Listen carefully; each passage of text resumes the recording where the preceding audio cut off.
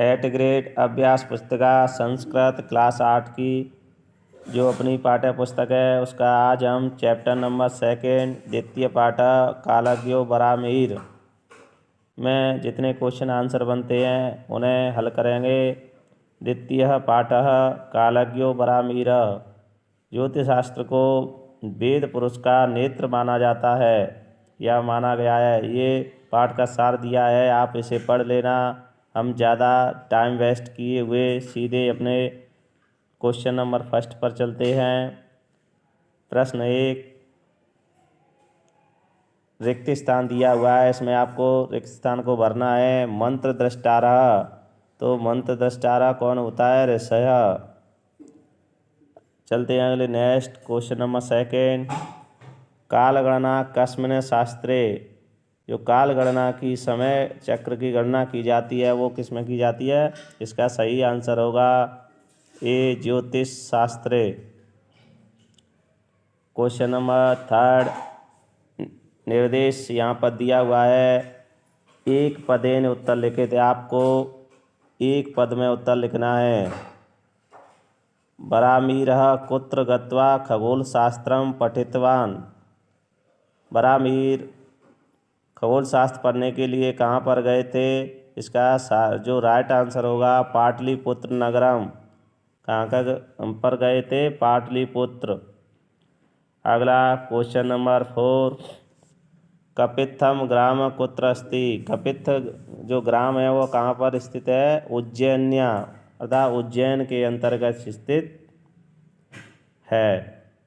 अगले question number 5 पर चलते हैं। पादपा बल्मीकास्म अधो भौमिक जल स्थिति प्रदर्शयन्ति इति कस्य कथनम आसीत्। पादप और दीमक भूमिगत जल की स्थिति को प्रदर्शित करते हैं, यह कथन किसका था? तो इसका जो सही आंसर होगा, राइट आंसर होगा बरामीरेण। बरामीर ने कहा था कि अगर कहीं पर पादप हो अर्थात झाड़ी हो और ऊपर उसके ज़मीन पर ऊपर दीमक लग रही हो तो ऐसा माना जाता है कि वहाँ पर भूमिगत है, जल है जो पाया जाता है। चलते हैं अगले नेक्स्ट क्वेश्चन नंबर 6, भारते बरामीर कस्य प्रथम आचार्य अस्ति। भारत में जो बरामीर हैं वो किसके पहले आचार्य थे? प्रथम आचार्य हैं फलित ज्योतिषस्य। कहने का मतलब जो फलित ज्योतिषस्य के ये प्रथम आचार्य थे। अगले नेक्स्ट क्वेश्चन नंबर 7 से आपको ये निर्देश एक वाक्य में उत्तर लिखना है। चलते हैं अपना क्वेश्चन नंबर 7, बरामीरेण विरचिताः ग्रंथेषु कस्याः गूढ़तत्त्वानां प्रतिपादनम् अस्ति। इसका आंसर हम ऐसे लिखेंगे, एतेषु ग्रंथेषु खगोल विद्यायाः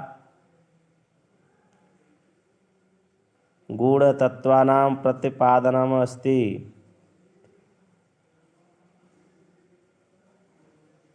चलते हैं अगले नेक्स्ट क्वेश्चन नंबर 8 पर, बरामीर कस्या स्थाने वैज्ञानिक दृष्टिकोणस्य महत्वं प्रतिपादितवान्।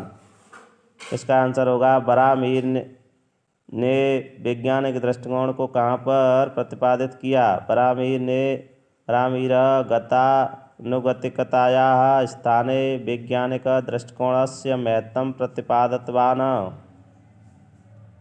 अगले आप इसे पोंछ करके रोक करके लिख सकते हैं। चलते हैं अगले नेक्स्ट क्वेश्चन नंबर 9, आदित्यदास कस्य उपासक आसीत्। आदित्यदास आदित्योपासक आसीत्। आदित्यदास बरामीर के पिताजी थे और वो आदित्य माने होता है सूर्य, वे सूर्य के उपासक थे। चलते हैं अगले क्वेश्चन पर। क्वेश्चन नंबर 10, कस्य संरचणे बहुविध कला विज्ञान सांस्कृतिक केंद्रादीनि संरचितानि आसनः। इसका आंसर होगा गुप्त वंशस्य संरक्षणे बहुविध कला विज्ञान सांस्कृतिक केंद्रादीनि संरक्षितानि आसनः। गुप्त वंश के संरक्षण में बहुविधि विविध प्रकार की कला, विज्ञान और सांस्कृतिक केंद्रों को संरक्षण प्राप्त हुआ गुप्त वंश के समय।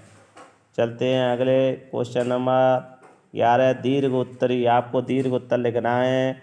बरामीरस्य ज्योतिष क्षेत्रे योगदानम लिखित। बरामीर का ज्योतिष के क्षेत्र में क्या योगदान रहा, आपको लिखना है।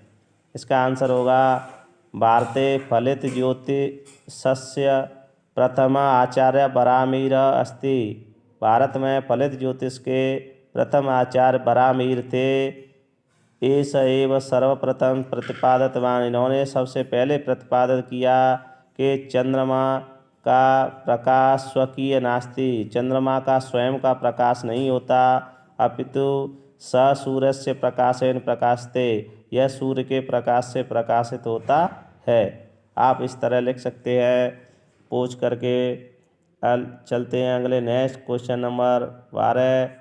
कालज्ञो बरामीर इत्समिने पाठे समागतान षष्ठी विभक्ति युक्तान पदान चित्वा लिखत। जैसे यथा सूर्यस्य, आपको षष्ठी विभक्ति के पद लिखने हैं पाठ में से देख करके। तो इसका जो आंसर होगा बरामीरस्य गुप्तवंशस्य फलित ज्योतिषस्य चंद्रस्य सूर्यस्य गुरुत्वाकर्षणस्य वैज्ञानिक दृष्टिकोणस्य। इस प्रकार आप इसे पूछ करके लिख सकते हैं। ऐसी ही अन्य वीडियो के लिए हमारे चैनल को सब्सक्राइब एंड शेयर और लाइक ज़रूर करना, जिससे आपको सबसे पहले हमारे वीडियो अन्य दूसरे विषयों की ऑल सब्जेक्ट की प्राप्त हो सकें। अगर कोई पॉइंट समझ में नहीं आए तो कमेंट बॉक्स में ज़रूर लिखना। अन्य वीडियो देखने के लिए हमारे प्लेलिस्ट में जाकर आप देख सकते हैं। धन्यवाद।